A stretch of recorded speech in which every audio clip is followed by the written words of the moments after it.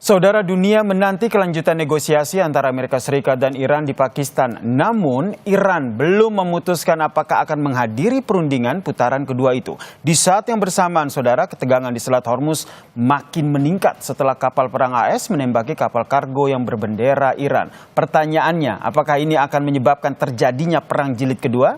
Kami membahasnya bersama dengan peneliti senior Indo-Pacific Strategic Intelligence, Mbak Aisyah Kusumo Somantri, dan juga Direktur Indonesia Intelligence Institute, Mas Ridwan Habib. Selamat petang semuanya. Selamat sore, Mas Yaser. Saya ke Mbak Aisyah dulu. Mbak Aisyah, kalau kita lihat hingga saat ini belum ada pernyataan resmi dari Iran untuk ikut dalam perundingan tahap kedua begitu. Di sisi lain kalau kita lihat yang terbaru seperti yang disampaikan oleh Ketua Parlemen Iran, Iran sudah menyiapkan kartu baru untuk siap melawan Amerika Serikat. Analisa Anda? Iya, kan dari awal sebenarnya dari perundingan pertama ini ada dua skenario yang bisa kita harapkan. Yang pertama ini adalah memang ya maju ke meja perundingan untuk bisa mencapai perpetual peace di antara keduanya, ya menghentikan peperangannya secara total dan kemudian mencapai konsesi di antara kedua belah pihak yang kira-kira bisa diterima ya. Jadi ada middle ground gitu untuk bisa menghentikan peperangannya. Meskipun nanti di masa depan ini tidak akan ada fundamental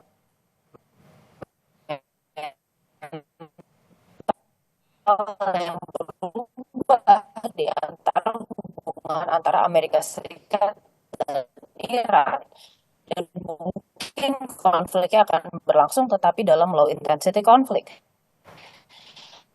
Mbak Aisyah, Mbak Aisyah, mohon maaf saya potong, jaringannya terputus-putus tadi, jadi suara Anda kurang jelas. Oke, sambil diperbaiki sambungan komunikasi dengan Mbak Aisyah, saya ke Mas Ridwan. Mas Ridwan melihatnya seperti apa? Apakah ternyata memang jeda selama ini, gencatan senjata yang selama ini dilakukan justru dimanfaatkan oleh kedua belah pihak untuk sama-sama mempersiapkan militer mereka untuk perang jilid kedua? Iya, Mas Yaser, tampaknya memang data mendukung pernyataan Anda ya. Kita melihat ada pergerakan yang luar biasa dari pesawat-pesawat angkut Amerika, C-17 maupun C-130 ke kawasan di sekitaran pangkalan-pangkalan mereka yang selama ini pangkalan tradisional mereka di Teluk. Kemudian dari sisi Iran sendiri kita melihat ada rekalibrasi strategi militer. Jurnal mengatakan dalam waktu 10 hari Iran mampu membuat 1.000 drone baru. Jadi satu hari kira-kira 100 gitu ya, yang kemudian ini akan digunakan sebagai persiapan apabila nanti pembicaraan tahap 2 di Islamabad, kalaupun itu akan terjadi, itu gagal. Jadi menjawab pertanyaan Mas Yaser tadi, tampaknya memang dua-duanya sedang bersiap untuk another war, dan mungkin ini lebih panjang dari sekedar yang sebelumnya yang 40 hari, termasuk tampaknya dari pihak US, Amerika tampaknya memahami bahwa serangan-serangan udara saja tidak cukup untuk kemudian mengalahkan Iran dalam konteks mengganti rezim pemerintahan Iran secara total. Karena itu tampaknya mereka sedang mempersiapkan untuk serangan darat atau ground invasion, yang mana itu sudah diantisipasi oleh Iran. Apalagi kalau kita lihat Iran sendiri dari komandan udaranya sendiri menampilkan bagaimana menyatakan bahwa sebenarnya mereka sudah memperbaharui kemampuan rudal mereka, kemudian drone mereka dengan kecepatan yang lebih tinggi. Itu dari sisi Iran. Kalau dari sisi Amerika Serikatnya sendiri, Anda melihat kekuatan militer Amerika Serikat ini seperti apa? Walaupun kalau bahasa umumnya orang awam melihatnya, wah Amerika Serikat tentu lebih unggul jauh dibandingkan Iran. Ya, memang dari sisi kapasitas teknologi jelas ya, kapasitas teknologi militer, kemudian jumlah armada, kemudian kapasitas persenjataan jelas unggul jauh.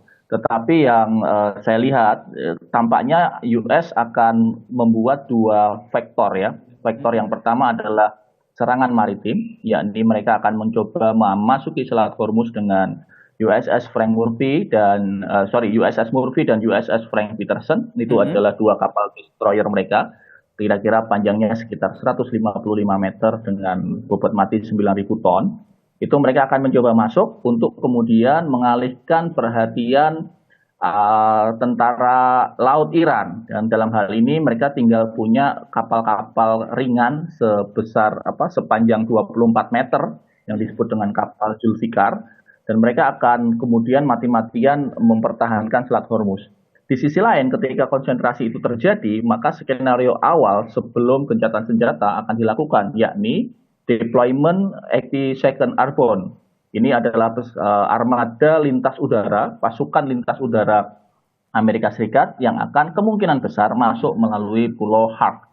Dan kalau kemudian itu dilakukan, maka tampaknya skenario dua vektor, yakni vektor maritim dan vektor darat, akan kemudian mau nggak mau akan memaksa Iran melakukan perang panjang. Oke, kalau dari analisa Anda nampaknya ini Amerika Serikat sendiri sudah menyiapkan strategi untuk mengepung Iran dari segala penjuru begitu. Nah, dari kekuatan Iran sendiri Anda melihatnya bagaimana? Mas Yaser, kalau kita lihat dari jumlah kapasitas militer Iran itu sebenarnya sangat memadai. Misalnya dari kapasitas tentara darat Artes saja itu sekitar 400.000 kurang lebih ya. Kemudian nanti ada ARGC sendiri yang kira-kira sekitar kurang lebih 200-an ribu. Lalu ada yang disebut dengan milisi basis, itu bahkan lebih banyak lagi, 1,5 juta. Dan mereka ini dideploy di seluruh provinsi yang ada di Iran, atau yang sering disebut oleh pakar militer sebagai strategi mosaic defense. Dibagi ke 31 teritorial, dan mereka bisa melakukan serangan secara mandiri dan bertahan secara mandiri. Tetapi yang memang nanti akan merisaukan adalah penggunaan teknologi, terutama AI, yang ini yang sangat diandalkan oleh Israel dan Amerika. Karena mereka dengan menggunakan AI, dengan Anthropic, dengan Maven, dengan berbagai macam teknik mereka itu bisa melakukan serangan secara presisi pada target-target yang ada, dan ini pasti akan merepotkan. Baik, sudah bergabung lagi melalui sambungan telepon Mbak Isa. Mas Yaser, mohon maaf. Oke, Mbak Isa, ini yang terbaru saya cuplik dari Al Arabiya TV yang menyatakan bahwa Iranian State TV menyatakan bahwa tidak ada sejauh ini belum ada delegasi dari Iran yang hadir di Islamabad. Itu berarti semakin memperkuat fakta bahwa ternyata memang negosiasi ini terancam gagal. Ya, berarti kita lihat di sini kan prasyarat dari Iran ini kan sebenarnya cukup jelas ya, Mas, untuk kemudian menghentikan segala bentuk agresi, dan Amerika Serikat ini harus memenuhi prasyarat terkait ceasefire, yaitu menghentikan semua bentuk peperangan di Timur Tengah gitu. Tetapi kan seperti yang kemarin kita pahami dari berita-berita yang beredar, bahwa sampai hari ini Amerika Serikat masih enggan untuk melepaskan blokadenya. Nah, ini sebenarnya merupakan salah satu strategi Amerika Serikat untuk bisa mendapatkan leverage di bidang strategis. Karena dia tahu bahwa meskipun secara militer Amerika Serikat ini memiliki keunggulan, tetapi kemudian secara strategik, khususnya di bidang ekonomi dan di bidang tekanan politik dalam negeri maupun luar negeri, Amerika Serikat ini mengalami kekalahan yang sebenarnya cukup telak dari Iran gitu ya. Oleh karena itu sebenarnya sebelum perundingan kedua, Amerika ini berusaha untuk menekan Iran sehingga menghasilkan yang namanya adalah coercive diplomacy. Dia berusaha untuk meningkatkan daya tawarnya sehingga bisa mendapatkan hasil yang lebih maksimalis ketika berunding nanti.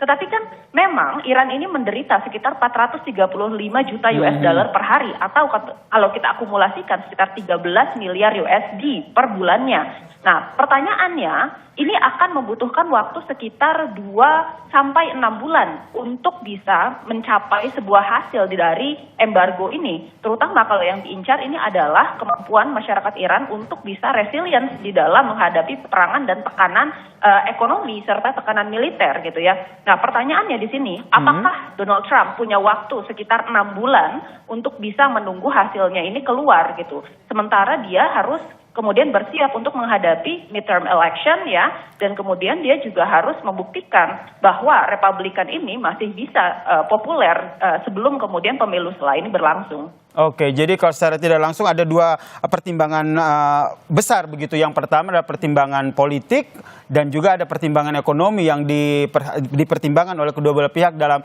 perang tersebut. Pertanyaan selanjutnya adalah bagaimana akhirnya kedua negara ini mempersiapkan perang jilid kedua ini. Apakah berlangsung singkat atau berlangsung lama? Ini yang menjadi kekhawatiran kita bersama. Nanti kita bahas usai jeda, tetaplah bersama kami di Kompas Petang.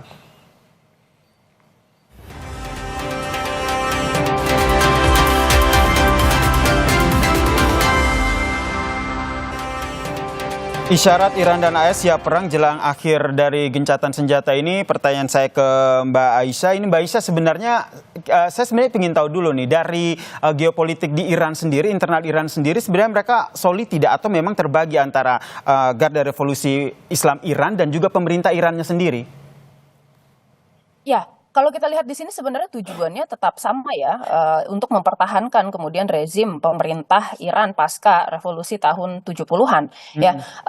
Sekarang kita lihat sebenarnya dari pemerintahnya sendiri ini juga kan faksinya sebenarnya berbeda-beda. Kita tahu bahwa kemudian presidennya ini kan dari faksi progresif, lalu kemudian dari MA-nya ini kemudian dari konservatif dan bahkan dari Wisdom Council-nya ini dari faksi ulama gitu. Jadi sebenarnya di Iran sendiri ini secara warna politik ini berbeda-beda. Tapi sekali lagi yang kita pahami, Iran ini cukup menarik karena culture-nya meskipun ya di dalam negeri sebenarnya mereka masih berjalan nih persaingan politiknya gitu. Dan masyarakatnya juga ini cukup kritis terhadap pemerintahannya. Tetapi kita lihat ada perilaku yang namanya adalah rally around the flag gitu. Jadi untuk permasalahan-permasalahan yang menyangkut dengan pihak eksternal, rata-rata masyarakat Iran ini akan kemudian meningkatkan kohesinya sehingga persatuannya ini bisa lebih kuat lagi dalam menghadapi pihak eksternal. Dan saya rasa sebenarnya di sini apa yang kemudian menjadi concern ya, apakah ada perbedaan pendapat antara IRGC dengan pemerintah Iran sendiri? Saya kira itu nggak ada masalah karena sejauh ini yang kita lihat keduanya memiliki tujuan yang sama, yaitu membuatnya perangnya ini selama mungkin dan semenyakitkan mungkin untuk Amerika Serikat, bukan dari segi militer, tetapi dari segi yang sifatnya adalah perang unkonvensional. Pertanyaan yang sama ke Mas Ridwan. Mas Ridwan, kalau tadi soal Iran, kalau dari Amerika Serikat sendiri seperti apa? Karena beberapa analisa menyatakan bahwa Amerika Serikat tidak bisa dihentikan lewat eksternal, tapi dari internalnya sendiri sebenarnya bisa untuk menghentikan Trump dalam perang ini. Ya, dukungan terhadap proses impeachment kepada Trump ini makin menguat ya. Bahkan sudah ada lobby-lobby pembicaraan antar Partai Demokrat, anggota Partai Demokrat dengan anggota Partai Republik untuk kemudian mencoba mendorong satu draft baru untuk mengajukan pasal-pasal pelanggaran konstitusi kepada Trump. Di sisi lain memang dukungan dalam negeri terkait perang ini juga makin nggak bagus untuk Trump. Apalagi dalam beberapa waktu terakhir tampak ada pemberitaan dari berbagai macam media Amerika, kesehatan mental Trump cukup terganggu, Mas Yaser. Bahkan beberapa hari yang lalu dia tiba-tiba saja memesan delivery makanan ke Gedung Putih, kemudian mengajak petukang deliverynya untuk jumpa pers tentang perang Iran. Jadi makin tidak kondusif bagi politik dalam negeri Amerika. Dan sebenarnya yang bisa menghentikan ini tentu saja adalah lobby-lobby atau oligarki dari kepentingan ekonomi Zionis internasional. Kalau mereka merasa perang ini makin lama merugikan kepentingan ekonomi mereka di kawasan, tentu saja mereka akan dengan semaksimal mungkin menekan Trump untuk segera menghentikan perang. Siapa saja mereka yang bisa melakukan itu? Tentu saja ini bagian dari jejaring oligarki internasional ya. Kita tahu bisnis besar yang dikendalikan dari Israel, termasuk juga beberapa grup besar yang kemudian menanamkan saham luar biasa di Amerika, termasuk juga mereka yang selama ini mendanai Steve Witkoff dan Jared Kushner, menantunya Trump, termasuk yang menjanjikan dana untuk Board of Peace, dana pembangunan.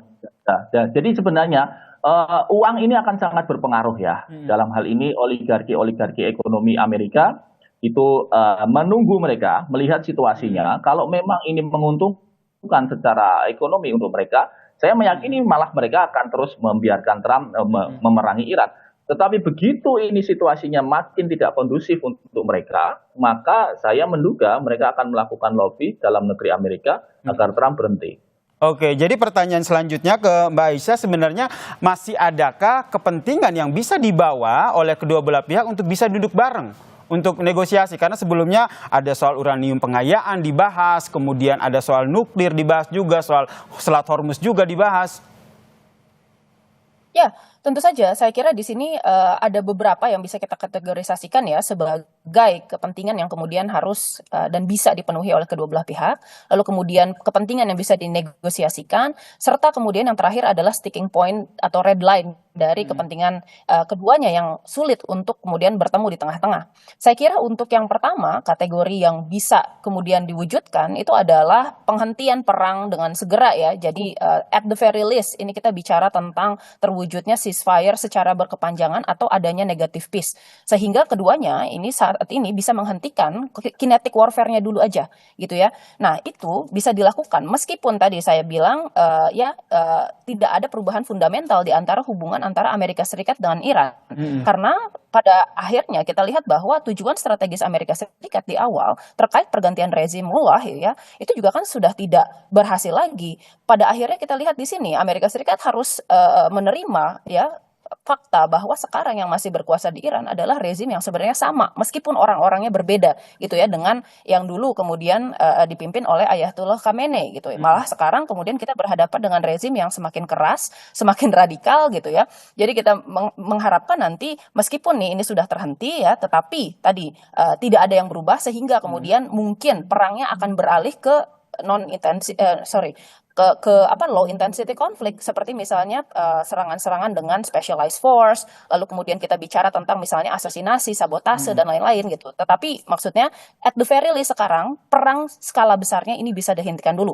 Nah, untuk yang kemudian tadi di kategori sedang kita bicara tentang kemudian ya pengangkatan sanksi, lalu kemudian kita bicara juga tentang Selat Hormuz, mungkin ini pengaturannya seperti apa. Kita bicara juga tentang nuklir ya, karena kemarin kita tahu bahwa Iran sendiri sudah mulai mengendur ya terkait masalah nuklir. Mereka bersedia untuk menunda 5 tahun ya, sementara Amerika Serikat meminta 20 tahun gitu ya. Baik, Nah, jadi memang masih ada negosiasi ya, walaupun ya terancam gagal, tapi tentu dunia termasuk kita juga berharap bahwa ini negosiasi kembali dilakukan sehingga perang jilid kedua ini tidak kembali terjadi di Timur Tengah. Terima kasih Mbak Aisyah dan terima kasih Mas Ridwan Habib telah berbagi perspektifnya di Kompas Petang. Salam sehat semuanya. Terima kasih. Terima kasih banyak.